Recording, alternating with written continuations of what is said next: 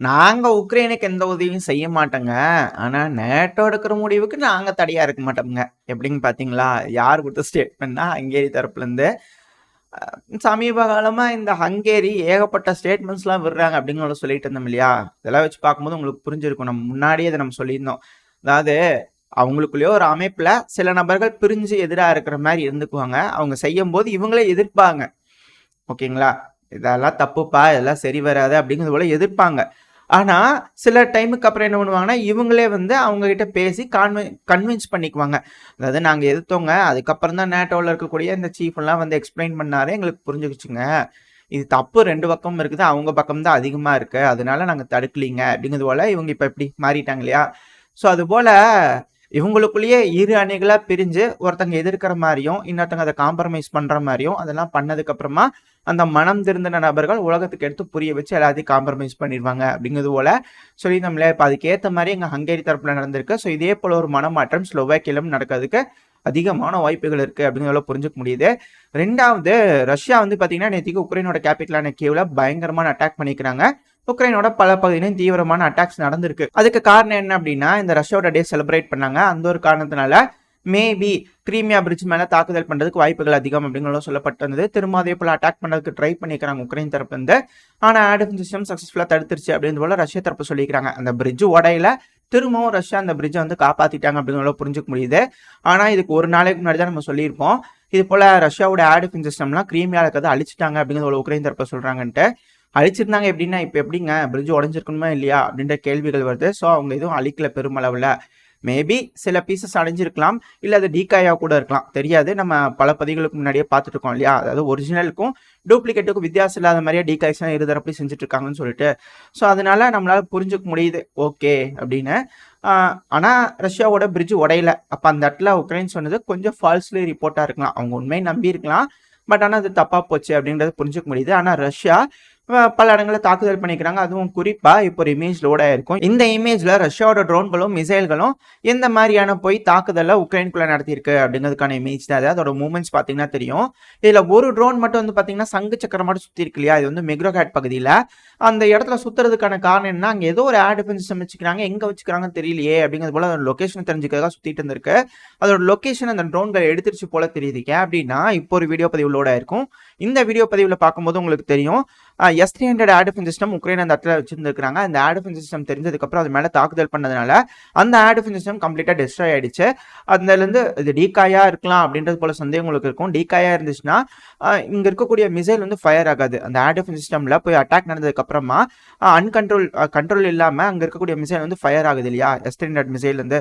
So இது ஒரு வேலை ஒரிஜினலா இருக்கிறதுக்கு வாய்ப்பு இருக்கு. மேபி நம்மளுக்கு தெரியாது. நம்ம அந்த இடத்துல இருந்து பார்த்தா தான் தெரியும். நம்மளுக்கு தெரியாது. ஸோ அந்த இடத்துல ரஷ்யா என்ன சொல்றாங்கன்னா, நாங்க ஏர் டிஃபென்ஸ் சிஸ்டம் சப்ரஸ் பண்ணிட்டோம் அப்படிங்கிறத சொல்றாங்க. சரி இது மட்டும் தான் கேட்டீங்கன்னா இல்ல. இதுக்கு பக்கத்துல ஒரு ஏர்பேஸ் இருக்கு. இந்த ஏர்பேஸ்ல உக்ரைனோட ஏர்கிராஃப்ட்ஸ்ல நிப்பாட்டி வச்சிருக்காங்க. இது தெரிஞ்சதுக்கு அப்புறமா அந்த ஏர் டிஃபென்ஸ் சிஸ்டம் டவுன் பண்ணிட்டாங்க. இப்போ அந்த ஏர்கிராஃப்ட்ஸ் மேல ஒரு மிகப்பெரிய தாக்குதலை பண்ணிக்கிறாங்க. இதனால அங்க இருக்கக்கூடிய ஏர்கிராஃப்ட்ஸ்லாம் சேதமடைஞ்சிச்சு அப்படின்னு ரஷ்யா தரப்பு சொல்றாங்க.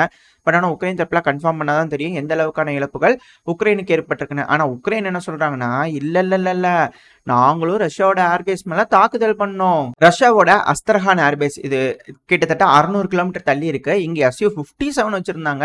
நாங்க அது மேல தாக்குதல் பண்ணிட்டோம். பாருங்க எந்த அளவுக்கு சேதத்தை சந்திச்சுக்கிறாங்க ரஷ்யா அப்படிங்கிறது போல இப்ப சொல்லிக்கிறாங்க. ஆக்சுவலி இது இப்ப நடந்த அட்டாக் இல்ல. ஒரு 2-3 நாளைக்கு முன்னாடி நடந்த அட்டாக் அப்படிங்கிறது சொல்லப்பட்டு வருது. ஆனா இந்த இடத்துல பாத்தீங்களா ரஷ்யா Su-27 இவங்க Su-57 எப்படி மேட்ச் ஆகுது?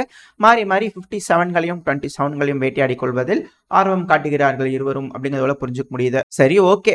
ரஷ்யா ஒரு மிகப்பெரிய தாக்குதலை உக்ரைன் மேல முன்னெடுத்தாங்கன்னு சொல்லியிருந்தோம் இல்லையா? இதுல வந்து லிஸ்ட் கொடுத்துருக்காங்க. மொத்தம் 30 ஏர் டார்கெட்ஸுங்க. அதுல 24 ட்ரோனு, 6 மிசைல்கள்ங்க. 6 மிசைல்ல 5 மிசைல் தலையை திருப்பிட்டோம். மொத்தம் 30 கிட்ட வந்து பாத்தீங்கன்னா நாங்க சப்ரஸ் பண்ணிட்டோம் அப்படிங்கிறத சொல்லியிருக்காங்க. சில பல வெடி விபத்துகள் அங்கேயும் நடந்திருக்கு. இனிஷியலா இந்த வெடி விபத்துகள் நடக்கும்போது எதுவுமே வெளியே வர கிடையாது. ரொம்ப அதிகமா சப்ரஸ் பண்ணாங்க. ஆனா டைம் போக போக எல்லாமே மூடி வைக்க முடியாது இல்லையா? ரொம்ப நேரத்துக்கு எல்லாமே வெளியே வர ஆரம்பிச்சிருச்சு. ஸோ அந்த ஒரு தாக்குதல் தான் நம்மளுக்கு நல்லா தெரியுது. ஏர்பேஸ் மேல தாக்குதல் நடந்திருக்கு. ஏர் டிஃபென்ஸ் சிஸ்டம் மேல தாக்குதல் நடந்திருக்கு. இது எல்லாத்துக்கும் மேல உக்ரைனோட கேபிட்டலான கீவ் பகுதியில் வந்து தாக்குதல் நடந்ததுனால மிகப்பெரிய வெடி விபத்து நடந்திருக்கு. இந்த வெடி விபத்து எந்த அளவுக்கு பிரம்மாண்டமா இருந்திருக்கு அப்படின்னா கிட்டத்தட்ட அந்த வெடி விபத்துனால 15 மணி நேரத்துக்கு மேல அந்த தீ விபத்து நடந்திருக்கு. அதை போராடி தீயணைப்பு வீரர்கள் அணைச்சிருக்காங்க அப்படிங்கிற ஸ்டேட்மெண்ட்ஸ் வந்துட்டு இருக்கு. ஸோ இதை வச்சு புரிஞ்சுக்க முடியுது மிகப்பெரிய அளவிலான ஆயுத கிடங்கு அந்த பகுதியில் இருந்திருக்கு. ரஷ்யா தாக்குதல் பண்ணதுனால வெடி விபத்து நடந்திருக்கு அப்படிங்கிறது போல நம்மளால புரிஞ்சுக்க முடியுது. பட் ஆனால் எனக்கு பர்சனலாக சந்தேகமாக இருக்குமோ என்னமோ. பட் ஆனால் எக்ஸாக்டான ஃபிகர்ஸ் உக்ரைன் தரப்புலேருந்து என்ன நடந்திருக்கு அப்படிங்கிறது போல சொன்னால் தான் நம்மளுக்கு தெரிய வரும். அந்த இடத்துல என்ன இருந்தது ஏது அப்படிங்கிறது எதாவது சொன்னாங்கன்னா நம்ம அடுத்தடுத்த பதிவில் அப்டேட்ஸாக பார்ப்போம். ஆனால் மிகப்பெரிய தாக்குதல்கள் இங்கே நடந்திருக்குன்றதை புரிஞ்சுக்கலாம். ஏன் வந்து இந்த பகுதியில் வந்து அதிகமாக இருக்குன்னா, இப்போதைக்கு ரஷ்யாவோட கான்சன்ட்ரேஷன் சுமி கர்கிவ்ல இருக்குது. ஸோ அந்த இடத்துல விடவே கூடாது, அது தற்காத்தே ஆகணும். ரெண்டாவது நாட்டோட இன்ஸ்ட்ரக்டார்ஸ் அந்த பகுதியில் இருக்கிறதுனால சேஃப்டி காரணத்துக்காக அதிகமான ஆயுதங்களை கொண்டு போய் வச்சுருந்துருக்கலாம். இதை தெரிஞ்சுக்கிட்டதுனால அது மேலே துல்லியமான தாக்குதல்கள் பண்ணியிருக்கிறாங்க. என்னதான் உக்ரைன் முழுவதுமே மேற்குலக நாடுகளோட வசம் இருந்தாலும் அதிகமான உளவாளிகள், ரஷ்யா உளவாளிகள், ரஷ்யாவுக்கு பிடித்தமான நபர்கள் இருக்கிறாங்க அப்படிங்கிற விஷயம் நம்ம பார்த்துருக்கோம் இல்லையா. இந்த ஒச்சான்ஸ்க் பகுதியில் கூட சில சிட்டிசன்ஸ் ரஷ்யாவோட வேர்களுக்கு உதவுறாங்க அப்படிங்கிற வீடியோ பதிவெல்லாம் பார்த்துருந்தோம் இல்லையா. ஸோ அது போல உதவி இருக்கலாம், இருக்கக்கூடிய விஷயங்கள் லீக் ஆயிருக்கலாம், இங்க ஆயுத கடங்கு இருக்கு அப்படிங்கிற விஷயம் வந்து லீக் ஆயிருந்திருக்கலாம். அந்த லீக்கான டேட்டாஸை வச்சு ரஷ்யா துல்லியமான தாக்குதல் பண்ணியிருக்காங்க அப்படிங்கிறது போல சொல்லப்பட்டு எக்ஸாக்டா என்ன நடந்ததுன்னு தெரியல. பட் ஆனால் பல இடங்களில் தாக்குதல் நடந்திருக்கு, மிக பெரும் அளவில் தீ விபத்து நடந்திருக்கு அப்படிங்கிறது போல புரிஞ்சுக்கலாம். அடுத்தது இந்த கருங்கடல் பகுதி. இந்த கருங்கடல்ல அந்த பிரிட்ஜை ஒட்டச்சே ஆகணும் அப்படிங்கிறதுல மேற்குலக நாடுகள் ரொம்ப அதிகமா ஆர்வம் காமிச்சிட்டு இருக்காங்க. ஏன்னா அந்த பிரிட்ஜ் ரஷ்யாவோட டிஃபென்சிவ் கேப்பபிலிட்டிஸை காட்டுது. அந்த பிரிட்ஜை உடைக்க முடியலையேப்பா, 50 நாடுகள்ன்றீங்க, ஒரு பிரிட்ஜை தகர்க்க முடியலையா அப்படின்ற ஏளனமான சிரிப்புகள் பல அனலிஸ்ட்டுக்கிட்ட இருந்து வர ஒரு காரணத்தினால அவங்களுக்கு தலைக்குனிவாக இருக்கும் இல்லையா. அதனால இப்போ ஏவாக்ஸ் எல்லாம் களமிறக்கி விட்டுருக்காங்க. பிரான்ஸ் தரப்புல இருந்து போயிங்கோட லாங் ரேஞ்ச் ஏவாக்ஸுகளை களமிறக்கி விட்டதா சொல்லப்பட்டு இந்த கருங்கடல் பகுதியில். ரெண்டாவது திரும்பவும் ஃப்ளைட் ரேடாரில் அமெரிக்காவோட குளோபல் ஹாக் சிக்கியிருக்கு, அந்த இடத்துல ரோந்து பணியில் ஈடுபட்டிருக்கு. ஸோ திரும்பவும் உக்ரைன் தரப்புலேருந்து ஒரு மிகப்பெரிய தாக்குதல்களை கிரீமியா மேலே நடத்துறதுக்கு அதிகமான வாய்ப்பு இருக்குது அப்படிங்கிறத போல புரிஞ்சுக்கலாம். இன்னும் 2 நாட்களில் நடக்குதா என்ன அப்படிங்கிறத பொறுத்து பார்ப்போம். அப்புறம் ஒரு முக்கியமான விஷயம், திமித்ரி மெத்வதேவ் அவர்கள் முன்னாடி வந்து ஒரு மேப்பை போட்டிருந்தாரு. எங்க ரொமேனியா வந்து சில பகுதி எடுத்துக்கங்க, எங்க ஹங்கேரி வந்து சில பகுதியில் எடுத்துக்கங்க, எங்க போலாண்டு வாங்க சில பகுதியில் பிரிச்சுக்கலாம் அப்படிங்கிறது போல ஒரு மேப் ரிலீஸ் பண்ணியிருந்தார் இல்லையா. இப்போ அதெல்லாம் நீ அப்போ ஆஃபர் வச்ச, நீ யாரும் எடுத்துக்கல, அதனால அதெல்லாம் சொல்லாது கோட்டாடி இப்போ பாரு வீடியோ ரிலீஸ் பண்ணுறேன் அப்படிங்கிறது போல இந்த ரஷ்யா டேல வந்து பார்த்தீங்கன்னா திமித்ரி மெத்வதேவ் அவர்கள் ஒரு மேப்பை ரிலீஸ் பண்ணிக்கிறாரு. இந்த மேப்ல பார்த்தீங்க அப்படின்னா என்டையர் உக்ரைனை இன்க்ளூடிங் டிரான்ஸ்னிஸ்ட்ரியான்னு நினைக்கிறேன் அப்படியே ஃபுல்லாக ரஷ்யாவோட ஃப்ளாக் பறக்கிற மாதிரி வீடியோ போட்டிருக்கிறாரு. இதுலேருந்து என்ன தெரியுதுன்னா திமித்ரி மெத்வதேவுக்கு உக்ரைனோட முழு பகுதியும் உக்ரைன் எங்களுக்கு தான் சொந்தம், அதாவது ரஷ்யாவோட இணைஞ்சிருச்சு உக்ரைன் அப்படிங்கிறது போல அவர் தெளிவாக இருக்காரு. ஒரு சின்ன சென்டிமீட்டர் கூட விட்டு கொடுக்கறதுக்கு திமித்ரி மெத்வதேவ் அவர்களுக்கு இதுக்கு மேலே விருப்பம் இல்லை. ஸோ அதை நோக்கி தான் இப்போ காய்கள் நகர்ந்துட்டு இருக்கு. அந்த ஒரு காரணத்தினால தான் இப்போ கியூபா அலையன்ஸ் கிரைசிஸ் நம்ம சொல்லியிருந்தோம் இல்லையா. ஸோ இது போல விஷயங்கள்லாம் வந்து நடக்க ஆரம்பிச்சிருக்கு அப்படிங்கிறது போல புரிஞ்சுக்க முடியுது. அப்புறம் எப்போ ஒரு மாநாடு போட்டாலும் என்னங்க மாநாடு போட்டாச்சு, அதாவது ஒரு கூட்டமைப்பு அப்படின்னு ஆரம்பிக்கிறாங்க அப்படின்னாலே ஒரு சாங்ஷன் போடணுமா இல்லையா, அப்போதானே மதிப்பாக இருக்கும். என்னங்க திரும்ப எபிசோட் ஆரம்பிச்சிடலாமா, அதே இந்த சீரியலில் ஒரு விஷயம் மறந்துடுச்சு அப்படின்னா திரும்பி அதை ரீஓப்பன் பண்ணுவாங்க இல்லையா, மெதுவாக ஆரம்பிப்பாங்க இல்லையா, அது போல தான் இப்போ சாங்ஷன் திரும்ப ரஷ்யா மேலே புது சாங்ஷனை G7 சமிட் முடியும் போது அறிவிச்சிடலாம் அப்படிங்கிறது போல அமெரிக்க தரப்புன்னு சொல்லியிருக்கிறாங்க. அது மட்டும் இல்லாமல் அமெரிக்கா ஒரு புதுவிதமான ஒரு பீஸ் அமைதி ஒப்பந்தம் கொண்டு வரலாமா, இந்த உக்ரைனை வந்து இப்போதைக்கு நேட்டோவில் வேண்டாம்ப்பா அப்படிங்கிறது போல இருக்கலாமாங்கிறது போலாம் பேச்சுவார்த்தை அடிபட்டு இருக்கு. இதுக்கு தானங்க இத்தனை நாளாக சண்டை நடந்துட்டு இருக்கு. இப்போ அதை சொல்லி உக்ரைனை நேட்டோவில் சேர்த்துவேன்னு பூச்சி காமிச்சு பாருங்க, மேலே ஃபின்லாண்டு ஸ்வீடன், இப்போ கீழே வந்து அர்மேனியா, இப்போ என்ன ஜார்ஜியா தான். ஜார்ஜியாவில் ஏன் வந்து அந்த அளவுக்கு ப்ரொட்டஸ்ட் நடந்தது அப்படிங்கிறது புரிஞ்சுக்க முடியுது.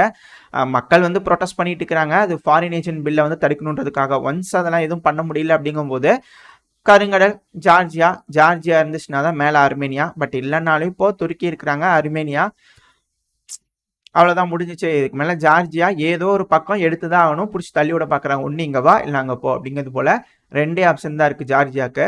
ஸோ இதெல்லாம் வச்சு பார்க்கும்போது இப்போ ஏசியாவில் இருக்கக்கூடிய சில நாடுகளும் முடிவுகளை எடுக்கிறதுக்கு ஆரம்பிச்சிட்டு இருக்காங்க.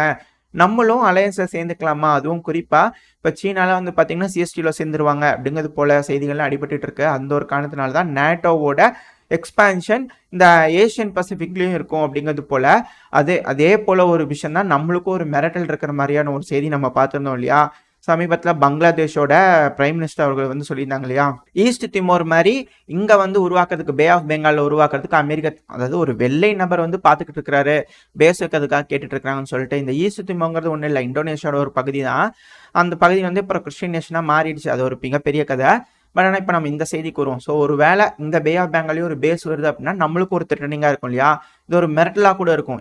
இந்தியா இந்த சிஎஸ்டிஓவில் சேர்றங்கிறன்னு ஏதாவது யோசிச்சா அவ்வளோதான், முடிச்சு விட்ருவோம் பார்த்துக்க அப்படிங்கிறதோட மிரட்டலாக கூட இருக்கலாம். ஏன்னா இப்போ இங்கே இருக்கக்கூடிய விஷயங்கள்லாம் பார்க்கும்போது அப்படிதான் தெரியுது. இந்த மயன்மாராக இருக்கட்டும், பங்களாதேஷாக இருக்கட்டும், ஒரு கட்டத்துக்கு மேலே இந்த மாதிரி சின்ன சின்ன நாடுகள்னால சமாளிக்க முடியாது. ஏன் நம்மளால கூடயே மிகப்பெரிய அலையன்ஸ் அக்ரஸிவா நாட்டோ தரப்புலேருந்து முன்னேறி வந்துட்டு இருக்கும்போது ஒருத்தங்களாம் அடிக்கிறாங்க அப்படின்னா அடுத்த மிகப்பெரிய நேஷனாக இருக்கும் போது நம்ம தான் இருப்போம் இந்த ஏஷியாலேயே. ஏன்னா ரஷ்யாவை ஸ்ப்ளிட் பண்ணுறதா சொன்னாங்க, சீனா ஸ்ப்ளிட் பண்ணுறதா சொல்கிறாங்க, கடைசியில் பார்த்தா நம்ம தான் நம்மளையும் ஸ்ப்ளிட் பண்ணுன்னு சொல்லிடுவாங்க. ஸோ இதெல்லாம் நம்மளுக்கும் த்ரெட்டாக இருக்கு இல்லையா, எல்லாருக்குமே பயம் இருக்கும் இல்லையா. இப்போ நம்மளுக்கும் யூரோப்புக்கு எந்த ஒரு பிரச்சனையும் இல்லை தான், ஆனால் நம்ம ஒரு லாங் ரேஞ்ச் மிசைலை கண்டுபிடிக்கிறோம் நம்மளோட ப்ரொடெக்ஷனுக்கு அப்படின்னா மேற்குலக நாடுகள்லாம் கவலை தெரிவிக்கிறாங்க இல்லையா. இப்போ நேட்டோவோட அக்ரஷன் எக்ஸ்பான்ஷனை பார்த்தா நம்மளுக்கும் கவலையாக இருக்கணும் தானே, அதுதான் நியாயம் வழக்கமும் கூட. எதுக்காக அவ்வளோ ஒரு எக்ஸ்பான்ஷன், எதுக்காக அத்தனை நாடுகளை கூட்டமைக்கிறீங்க, அப்போது ஒரு மிகப்பெரிய போருக்காக தயாராகிட்டு இருக்கீங்க அப்படிங்கிறதான ஒரு பொருளாக இருக்குது அப்படிங்கிறது போல நம்மளுக்கு தோணும் இல்லையா. ஒருவேளை இந்த பகுதியில் இருக்கக்கூடிய நாடுகள்லாம் சிஎஸ்டிஓவில் சேர்ந்துட்டாங்க அப்படின்னா வேறு வழி இல்லாமல் பயந்து போய் சிஎஸ்டிஓவில் சேர்றாங்க, நம்மளுக்கு ஒரு அலையன்ஸ் வேணும் அப்படிங்கிற முடிவுகள் எடுத்துட்டாங்கன்னு வச்சுக்கோங்களேன், அது மேற்குலக நாடுகளுக்கு ஆபத்தாக போயிடும் இல்லையா. அதுக்காக மிரட்டுறதுக்காக அங்கே பேஸ் வைப்பேன், இங்கே பேஸ் வைப்பேன், நாட்டோ எக்ஸ்பேண்ட் பண்ணுவேன் அப்படிங்கிறது போல மிரட்டல் விட்டுட்டு இருக்காங்க அப்படிங்கிறதெல்லாம் சொல்லப்பட்டு வருது. பட் காலங்கள் போக போக தான் தெரிய வரும் என்ன மாதிரியான முடிவுகள் இந்த மேற்குலக நாடுகளால் எடுக்கப்படுது, அதுக்கான எதிர்வினை எப்படி இருக்க போகுது அப்படின்னு. ஏன்னா இப்போ சும்மா சாங்ஷன் போட்டு இருக்கிறாங்கன்னு வச்சுக்கோங்களேன், ஒரு கட்டத்துக்கு மேலே நம்மளாம் எத்தனை சாங்ஷன் தான் பொறுத்து பார்த்துட்டு இருக்கிறது, நம்ம எக்கனாமியில் வளர்ச்சி அடைய வேணாமா, வீழ்ச்சியை நோக்கி போயிட்டு இருக்கிறதுக்கு யாருக்கும் பிடிக்காது இல்லையா. ஸோ அதனால் இது ஓவர் கம் பண்ணுறதுக்கான வழிகளை பல நாடுகளும் தேடுவாங்க, நம்மளும் தேடுவோம். அஃப்கோர்ஸ் அது செஞ்சு தான் ஆகணும், ஏன்னா நம்மளோட வளர்ச்சிக்காக. அப்படி செய்யும்போது இந்த முன்னாடி எல்லாம் பேசிகிட்டு இருக்காங்க இல்லையா, இரு துருவங்களாக மாறிட்டு இருக்கு இந்த உலகம் அப்படிங்கிறது போல். ஸோ அப்படி இரு துருவங்களாக மாறும்போது கனெக்டர் எக்கனாமிஸாக சில எக்கனாமிஸ் இருக்கும், அப்படி நம்ம இருக்கலாமா அப்படிங்கிறது போல் சில நாடுகள் யோசிக்கிறதா சொல்லப்பட்டு வருது. ஸோ இந்த விஷயத்தை பற்றி நம்ம தனியாக ஒரு வீடியோ பதிவில் பார்த்தோம்னா கிளியராக என்ன நடந்துட்டு இருக்கு அப்படிங்கிற ஒரு ஐடியாலஜி கிடைக்கும். நம்ம ஒரு டாப்பிக்காகவே இது ஒரு வீடியோவை போட பார்க்குறோம் கூடிய சீக்கிரம், ஓகேவா. பட் இது போல் G7 மாநாடு நடக்கும்போது திருப்பி சாங்ஷன் போட போகிறாங்க. அந்த டைமில் எடுக்கக்கூடிய முடிவுகள்னால பல எதிர்வினைகள் நடக்கும். அப்படி எதிர்வினைகள் நடக்கும்போது அலையன்ஸ் எக்ஸ்பான்ஷன்ஸ் நடக்க ஆரம்பிக்கும் அப்படிங்கிற சொல்லப்பட்டு வருது. நடக்குதா என்ன அப்படிங்கிறத பொறுத்திருந்து பார்ப்போம். இதோட இந்த பதிவை நம்ம முடிச்சுக்கலாம். இந்த பதிவு எப்படி இருந்துச்சு, உங்களுக்கு பிடிச்சிருக்கா, பிடிச்சுனா லைக் பண்ணிட்டு உங்கள் ஃப்ரெண்ட்ஸ் அண்ட் ஃபேமிலியோட ஷேர் பண்ணிக்கோங்க. அது கூட மறக்காம இந்த பதிவை பற்றின உங்களோட கருத்துக்களை கமெண்ட் செக்ஷனில் சொல்லுங்கள். இந்த பதிவு நல்லா இருக்குன்ற நம்பிக்கையில் அடுத்த பேர் உங்களை சந்திக்கிறேன். அது வரைக்கும் ஸ்டே சேஃப், பாய் பாய்.